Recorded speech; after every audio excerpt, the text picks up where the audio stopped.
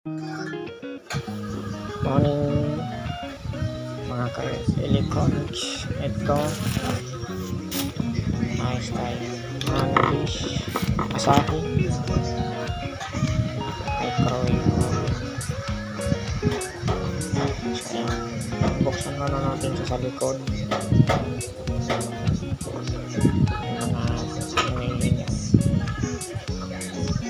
isa-isa.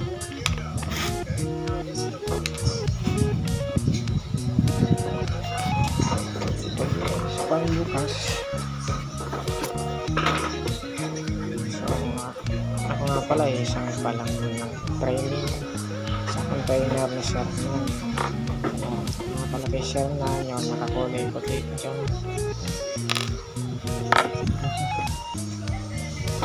Magaling tignan siya.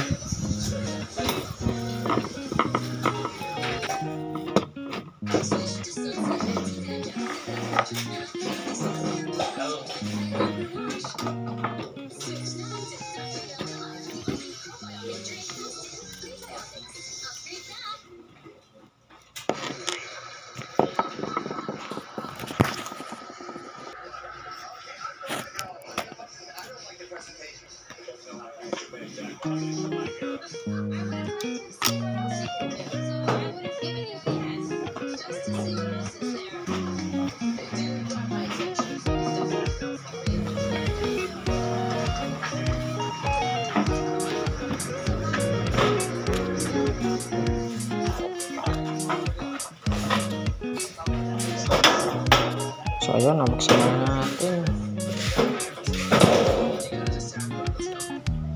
Gagawin natin ay magto-troubleshoot na tayo. Yung mga solenoid, tapos yun mga heating element, mga thermostat, timer, synchronous motor, at isang proceed na tayo sa reprocess. Yun ang pag-check ng mga components.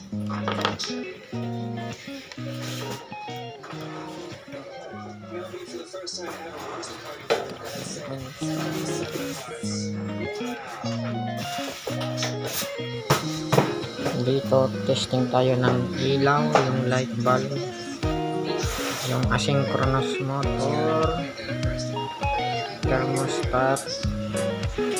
Nakaw kasi yan kasi walang reading. Yung heating element, pala nito ay naka-series ang connection. Timer,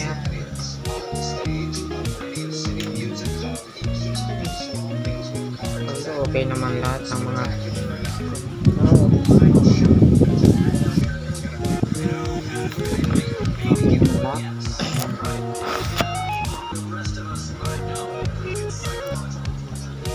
ngayon. Dito naman tayo sa pinaka-importante sa lahat, dahil naka-indicate sa unit na ito ay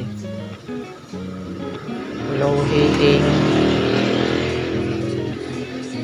Double check ko muna yung magnetron 533 ohms. Okay, good. Yung bulb 382 ohms, good.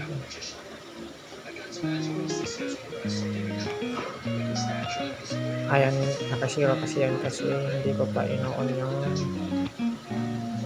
system control.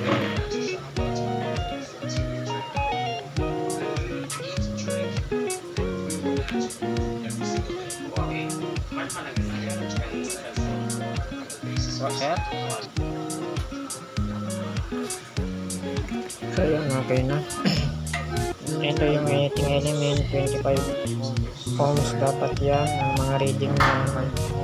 Yan, bali apat sila na heating element.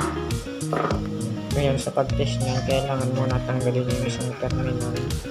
At yun nga pala yung na-trace ko kanina, kaya pala low. low heat yung ano, dahil yung terminal nung na yun ay corroded na, so nasira na yun, hindi na yun nagkadugtong, kaya yun ginawa namin ni Sir ng panibagong wire.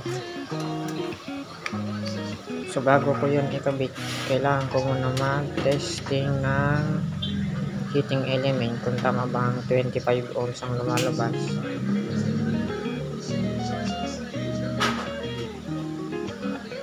Ayun, 25 ohms, tama. Sunod.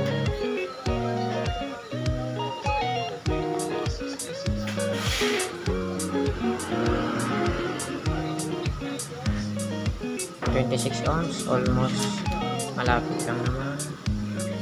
Hindi same dyan, dapat pareho lang ang mga reading nilang lahat na apat na.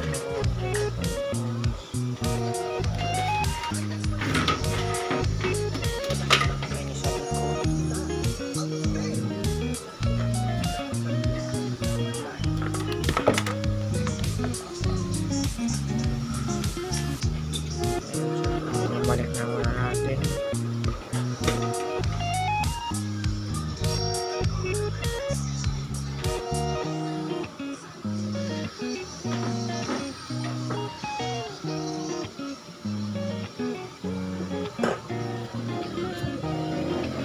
Ayun, kinabit na namin yung panibagong wire. Yan yung bagong wire. Ayun. Ngayon magte-testing na tayo. So yan yung pinalitan namin na wire. Ayan, naputol na yun. Connection na yun. Ayan, mag-testing na kami. So, base dito, may dalawa itong thermostat. Yung naandun sa taas, may heating element kasi yun. Ganon din dito sa baba. So, ayun, umilaw na. Yan, sinisetting natin yung temperatura sa baba. Sa baba na heating element. Dalawa kasi yan. Sa heating element up, tsaka down.